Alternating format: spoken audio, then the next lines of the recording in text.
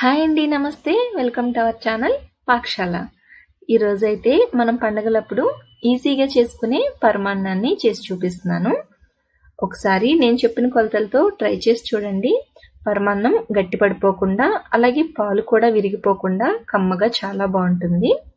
So ఇక వీడియోలోకి వెళ్ళిపోదాం. ఫస్ట్ అయితే ఒక బౌల్ తీసుకుని అందులోకి 1 గ్లాస్ రైస్ తీసుకున్నాను. ఇందులో కొద్దిగా వాటర్ పోసి ఒక 2 సార్లు నీట్గా వాష్ చేసుకోవాలి.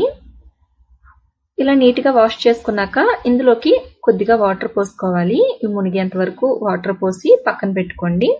పాలు మరిగేలోపు ఈ రైస్ నానుతాయి. ఇప్పుడు స్టవ్ మీద గిన్నె పెట్టుకుని అందులోకి 7 గ్లాసులు పాలు పోసుకోవాలి. మొత్తం పాలే అవసరం లేదు, పాలు చిక్కదనాన్ని బట్టి వాటర్ కూడా పోసుకోవచ్చు.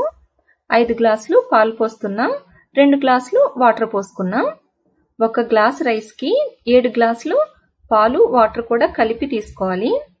ఇప్పుడు స్టవ్ ఆన్ చేసి మీడియం ఫ్లేమ్లో పెట్టుకుని పాలని మరిగించుకోవాలి. పాలు మరిగేలోపు బెల్లం తురుముకుందాం. మెయిన్ ఈ బెల్లమేనండి. కొన్ని సాల్టీగా అనిపిస్తాయి, అలా ఉంటే పాలు విరిగిపోతాయి. బెల్లం తీసుకునేటప్పుడు చూసుకుని తీసుకోండి.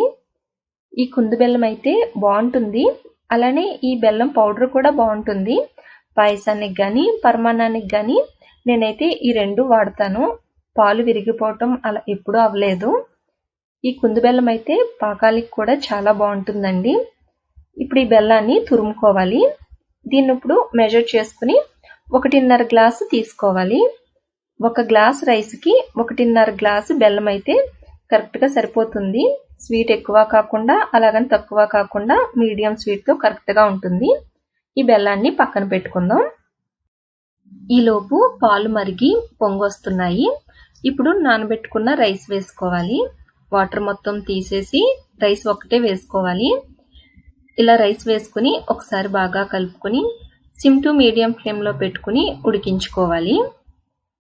ఇలా ఉడికించేటప్పుడు గరిటె దీంట్లోనే ఉంచేసేయండి, పాలు పొంగకుండా ఉంటాయి. మధ్య మధ్యలో కలుపుకుంటూ ఉడికించుకోవాలి. కాసేపటికి రైస్ కూడా మంచిగా కుక్ అయ్యింది, కాకపోతే కొంచెం లూజ్గా ఉంది. కొంచెం దగ్గరకు వచ్చేంత వరకు ఉడికించుకోవాలి.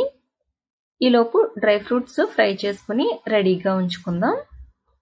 స్టవ్ ఆన్ చేసి చిన్న ప్యాన్ పెట్టుకుని అందులోకి 1 టీ స్పూన్ నిండుగా నెయ్యి వేసి అది హీట్ అయ్యాక కొద్దిగా జీడిపప్పు వేసుకుని ఫ్రై చేసుకోవాలి. ఇవి కొంచెం వేగాక ఇందులోకి కొద్దిగా కిస్మిస్ కూడా వేసుకుని మంచి గోల్డెన్ కలర్ వచ్చేంత వరకు ఫ్రై చేసుకోవాలి. ఇలా మంచి కలర్ వచ్చాక స్టవ్ ఆఫ్ చేసేయండి.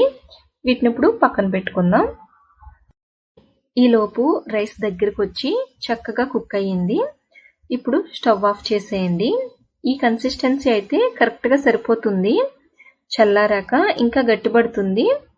సో స్టవ్ ఆఫ్ చేసి లాస్ట్లో కొద్దిగా ఇలాచీ పౌడర్ వేసుకోవాలి.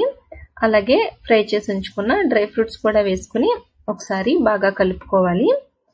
ఇప్పుడు ఇందులోకి తురుముకున్న బెల్లం కూడా వేసుకుని కలుపుకోవాలి. ఈ వేడికి బెల్లం కరిగిపోతుంది. స్టవ్ ఆఫ్ చేశాక మాత్రమే బెల్లం వేయండి. 1 గ్లాస్ రైస్కి 7 గ్లాసులు పాలు, 1.5 గ్లాస్ బెల్లం అయితే సరిపోతుంది. ఈ మెజర్తో చేసి చూడండి. డ్రై ఫ్రూట్స్ వేయకపోయినా కూడా పర్వాలేదు, కానీ లాస్ట్లో దింపే ముందు 1 టీ స్పూన్ నిండుగా నెయ్యి వేసుకుంటే చాలు, కమ్మగా టేస్ట్ చాలా బాగుంటుందండి. వచ్చే పండగలకి ఈ పరమాన్నం ఇలా నైవేద్యంగా పెట్టి చూడండి. వీడియో నచ్చితే లైక్ చేయండి, మీ ఫ్రెండ్స్కి అలాగే ఫ్యామిలీ మెంబర్స్కి షేర్ చేయండి. మా పాకశాల ఛానల్ని కొత్తగా చూసినట్లయితే సబ్స్క్రైబ్ చేయండి. అలానే పక్కనే ఉన్న బెల్ ఐకాన్ క్లిక్ చేసినట్లయితే మా లేటెస్ట్ వీడియో నోటిఫికేషన్స్ మీకు వస్తాయి. Thank you.